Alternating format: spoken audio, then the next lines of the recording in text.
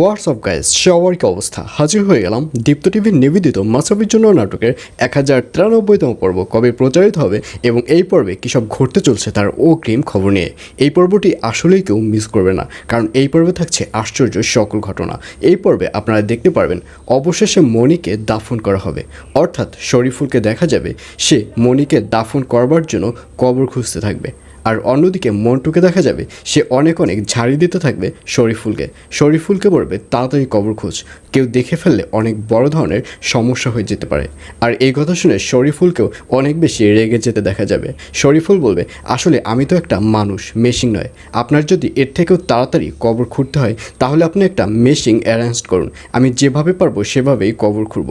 এই বলে শরীফুলকে দেখা যাবে সে কবর খুঁড়তে থাকবে, আর পাশেই মনির সেই মরদেহটি পড়ে থাকতে দেখা যাবে।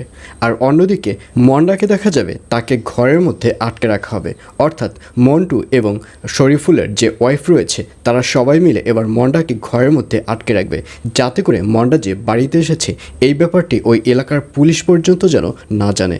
আর অন্যদিকে আয়ানকে দেখা যাবে সে এবার তুতুলের ফোন পেয়ে ফাইনালি গ্রামে যাবার সিদ্ধান্ত নেবে এবং গ্রামে যাবার জন্য যখন ব্যাগ বাটোয়ারা রেডি করে গ্রামের পথে রওনা হবে ঠিক তখনই তাকে সীতারা দাঁড়াতে বলবে এবং সীতারা বলবে, তোমার সাথে আমার কিছু কথা আছে।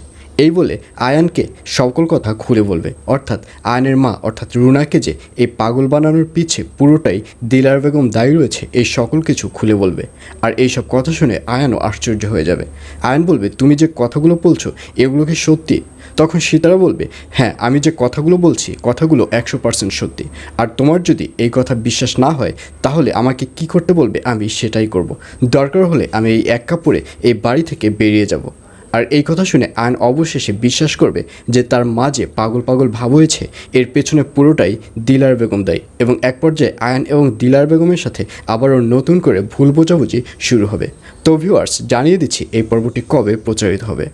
মাসাবির জন্য নাটকের 1093তম পর্ব প্রচারিত হবে আগামী 27 তারিখ, অর্থাৎ 27 জুলাই শনিবার রাত 9টার সময় শুধুমাত্র দীপ্ত টিভি ইউটিউব চ্যানেলে।